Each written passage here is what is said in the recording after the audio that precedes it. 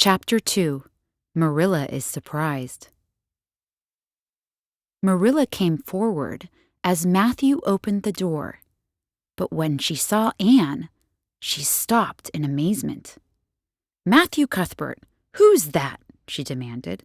"Where is the boy?" "There wasn't any boy," said Matthew unhappily. "There was only her." "But there must have been a boy. We sent word to Mrs. Spencer to bring a boy."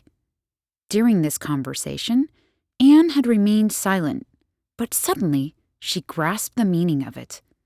"You don't want me?" she cried. "Because I'm not a boy? I should have known nobody really wanted me. Oh, what shall I do?" Anne burst into tears and buried her face in her arms. Marilla and Matthew looked at each other. Neither of them knew what to do. Finally, Marilla said, "Well, there's no need to cry so about it." "Oh, yes, there is." Anne looked up through her tears. "You would cry, too, if you had come to a place you thought was home and they didn't want you because you weren't a boy. This is the most tragical thing that ever happened to me." A little smile turned up at the corners of Marilla's mouth. "Well, don't cry any more. You will have to stay here at least for tonight. What's your name?" "Anne Shirley," then she added, "spelled with an E." "Very well, then, Anne spelled with an E," Marilla replied. "Can you tell us how this mistake came to be made? Were there no boys at the asylum?"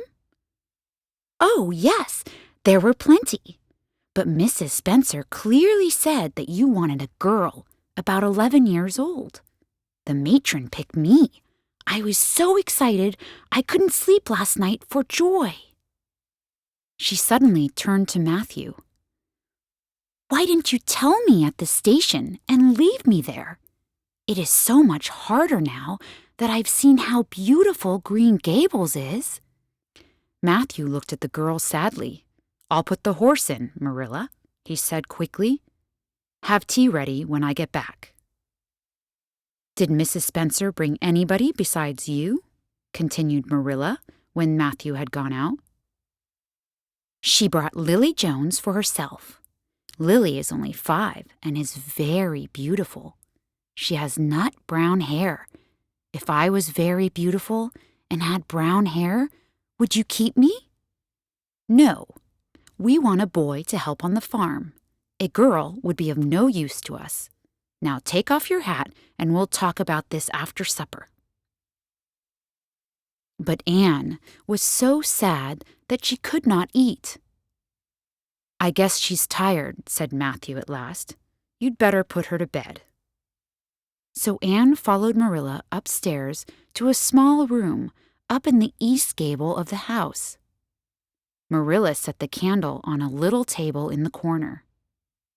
"Undress and get in bed as quick as you can. I'll come back for the candle.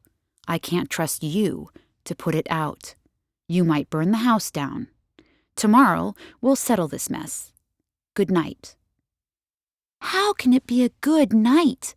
This is the very worst night I've ever had," Anne replied. When Marilla had gone, Anne looked around the tiny room. It was bare and cold.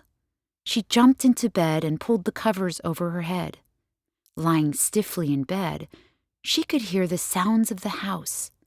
A door closed, and she heard Marilla's voice saying angrily, "What a disappointment! We should have gone to get the boy ourselves." A man's voice said something, cut off by Marilla's. "Keep her? That's out of the question. What good would she be to us?" "We might be some good to her," said Matthew suddenly and unexpectedly. But Anne could not hear this from the east gable, where the lonely, friendless child cried herself to sleep.